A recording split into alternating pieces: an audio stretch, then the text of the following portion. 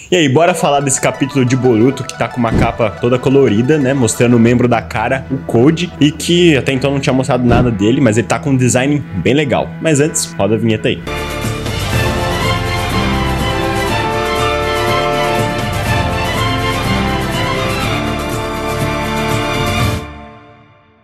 Bom, antes de começar essa análise, né, já deixa aí o like, que você sabe, pra ajudar a gente a continuar trazendo mais e mais análises do capítulo de Boruto. Então, deixa o like, né, se inscreve no canal se você não for inscrito e bora lá analisar esse capítulo 55 de Boruto. E o capítulo, então, começa com o Naruto acordando dentro daquele plano espiritual interno que ele tem lá, né, onde tem a água e ele conversa com a Kurama sempre lá pessoalmente dentro dele. Aí o Naruto tá achando que tá partindo dessa pra melhor e o Kurama interrompe ele dizendo que ele veio apenas se despedir e quer pro Naruto falar tudo que ele tem que falar, porque essa provavelmente vai ser a última conversa deles. Bom, com isso o Naruto agradece, né, por o Kurama ter ficado todo esse tempo do lado dele, porque ele achou que ele estaria preparado pra morrer de fato, mas agora que a hora chegou, ele não tá se sentindo assim tão preparado igual ele tava no momento que a Kurama falou que ele tava preparado, né? Aí o Kurama já mete a moral falando assim: meu irmão, a gente cumpriu nosso objetivo, a gente botou o Otsutsuki lá pra mamar, enfim, foi trabalho feito, né? Trabalho cumprido, e tá falando pro Naruto: mano, não tem do que se arrepender, tá ligado? A gente cumpriu o que a gente queria fazer e foi isso. Eu falei pra você que tinha consequências. Aí o Naruto diz, mas que tem a vila, tem meu filho. Agora ele lembrou do filho dele. Tem o Kawaki.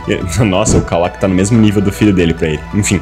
E aquela choradeira toda, né? Então a Kurama já corta ele novamente, falando: isso aí é problema seu a partir de agora. E o Naruto acha que ela fala meio estranha, tipo assim, do nada. Ele faz até uma cara de surpreso. Bom, então o Kurama segue dizendo que quando um Jinchuriki tem a sua biju extraída, ele morre, né? E nesse caso o Naruto não vai morrer, porque ela não vai ser extraída dele, né? Ela vai simplesmente desaparecer. O chakra dela vai sumir de dentro do Naruto. E que já ele vai acordar de boa, tranquilo, firme e forte. Que é o Naruto, né? Obviamente não entende nada. Ele pergunta: o que você tá falando, né? O que é isso? Não tô entendendo. Aí o Kurama confessa pra ele que ele meteu um miguezão, mentiu mesmo. Falou assim: mano, o preço do modo Baryon não é a sua vida, né? Não é somente a minha. É a minha vida, a vida do Kurama. E não deles dois juntos, né? O Kurama tinha falado: mano, a gente vai usar esse modo e você pode morrer, beleza? Aí ele: beleza. Só que ele tinha mentido. A vida não é... O Naruto não vai morrer. Quem vai morrer é só o Kurama. E aí ele segue dando aquela conversinha lá, falando: olha, eu não menti pra você em momento nenhum, porque eu não afirmei que você ia morrer. Eu somente disse que você poderia. Então, tipo assim, eu não menti, eu só, né, desconversei. Mas o Naruto não liga. Ele não tá nem aí porque o Kurama tá falando. Ele já falou: você me enganou de propósito. Bom, aí o Naruto fala, né: você me enganou sim, você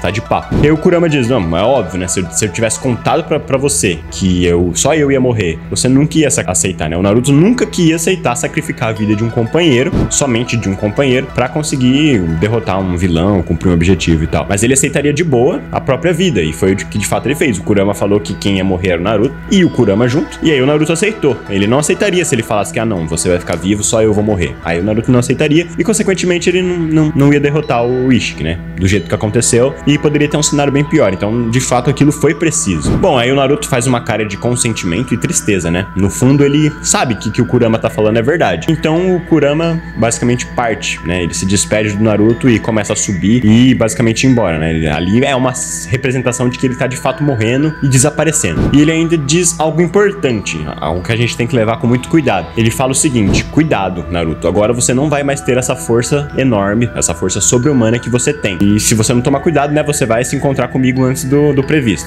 Ou seja, sem acesso ao chakra do Kurama, o Naruto não vai ter mais aquela regeneração, força descomunal, velocidade e tal. Permitia que ele ficasse brincando de ficar levando golpe e depois se curar. Agora ele ia precisar se cuidar um pouco mais, porque ele vai ter a regeneração de uma pessoa comum, tipo o Sasuke, por exemplo. Se ele tomar uma espadada no meio do coração, não vai mais ficar de boa, igual ficava antes. E aí o Kurama parte, né, numa cena que foi de cortar o coração, com o Naruto gritando pra ele, né, não vai embora, volta. E depois disso o Naruto acorda, se depara com Boruto, Kawaki e Sasuke, né, todos vivos e bem, relativamente bem, né, não tão bem assim. O Sasuke, que já não é bobo, já percebe, né, que tem alguma coisa errado, né, ele pergunta do Kurama, porque ele percebe que parece que o chakra do Kurama sumiu, e o Naruto confirma. E aí o Kawaki, né, corta esse papo de luto pelo Kurama, né, e fala que eles precisam ir embora dali, que depois eles podem lamentar à vontade, mas primeiro eles precisam sair dali, né, que eles estão numa dimensão que ninguém sabe onde é, né. Enfim, e aí que o Sasuke diz pro Boruto levar eles de volta com o Karma. E o Boruto se pergunta: ué, mas como assim eu, né, tipo, você tá aí, por que você não leva nós? Aí o Sasuke confirma, ele fala: sim, eu não posso mais usar o meu Rinnegan. Então o Boruto tem aquele pequeno flashback, né, lembrando do que ele fez enquanto o Momoshiki tava no seu corpo, e o Sasuke Sasuke diz pra ele não se preocupar, que a culpa não era dele, né, obviamente, e eles precisam focar, né, na vitória que eles tiveram e não nas perdas. Ou seja, mano, vamos focar aqui que a gente venceu o Otsutsuki e que a gente tá vivo. Não vamos focar em, perdeu o Kurama, perdeu o Rinnegan. Depois a gente pensa nisso, entendeu? E aí aqui eu tenho que deixar uma dúvida, né? É uma coisa que ficou na minha mente. Por exemplo, o Sasuke, ele perdeu o Rinnegan de fato, ou ele só simplesmente não pode usar por um tempo? Porque na frase ele diz, eu não posso mais, né, usar o meu Rinnegan. Ele não diz, eu perdi o meu Rinnegan. Ele só diz que ele não pode usar mais. Isso dá a entender que talvez ele possa usar no futuro. Porém, ele também não disse que ele não pode usar agora. Tipo assim, eu não posso usar meu Rinnegan agora. Ele disse, eu não posso usar mais, né, dá ênfase nessa palavra, eu não posso usar mais. Então isso me gera uma certa dúvida. Tipo assim, ele não dá a entender nenhum nem outro. Ele não dá a entender que ele perdeu o Rinnegan e ele não dá a entender que ele vai poder voltar a usar depois. E aí a gente fica com essa dúvida, será que ele vai poder usar, não vai? Perdeu tudo, não perdeu? Vai regenerar, não vai? Enfim, o que a gente sabe é que ele não pode usar por agora. Então o Boruto tenta usar o Karma pra levar eles de volta e ele não consegue, né? Kawaki ajuda dando aquela incentivada pra eles finalmente conseguirem voltar pra casa.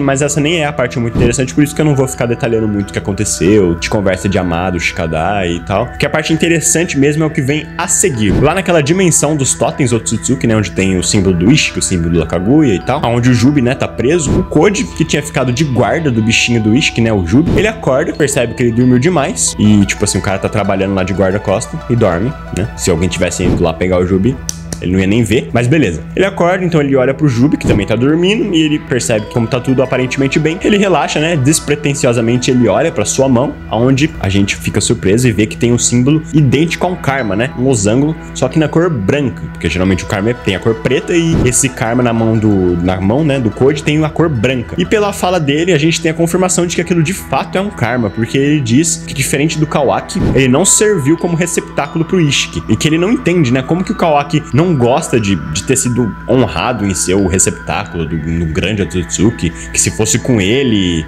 e ele tivesse um karma de verdade, ao invés daquele karma falso que ele tem, ele estaria super satisfeito, que, nossa, é o objetivo de vida dele, ele ama muito o Otsutsuki, não sei o que. Enfim, ele, pelo jeito, é fascinado pelo Otsutsuki e daria a vida dele de boa. Bom, e aí seu karma se ativa, né, do nada, começa a surgir aquelas marcas por toda a mão dele, por todo o braço, e dali surge ninguém mais, ninguém menos que o próprio Ishiki Otsutsuki. E aí ele chega dizendo, abre aspas aí, Koji, meu mais leal e amado servo. Quem diria que depois de todos meus receptáculos serem perdidos e eu ter ficado sem nenhum lugar para minha alma habitar, eu apareceria justo pra você, o único que não podia se tornar meu receptáculo. Fecha aspas. Bom, e aí o Koji pergunta, ué, como assim a sua alma? O que aconteceu? Você morreu? E aí ele conta lá, né, que ele foi forçado a reviver no corpo do Jigen. Por causa disso, o karma do Kawaki e de todos os outros que tivessem o karma também sumiram. Menos o de Koji, né, que aparentemente não poderia ser de jeito nenhum um receptáculo. E por isso o karma dele não sumiu, porque o karma dele é um tipo falso, assim, digamos. E aí o Koji diz que apesar dele querer muito ser o receptáculo do Ishiki, ele não era apto pra isso, né? Aquele karma, ele fala, esse meu karma é falso. Eu queria muito poder ser seu receptáculo, mas eu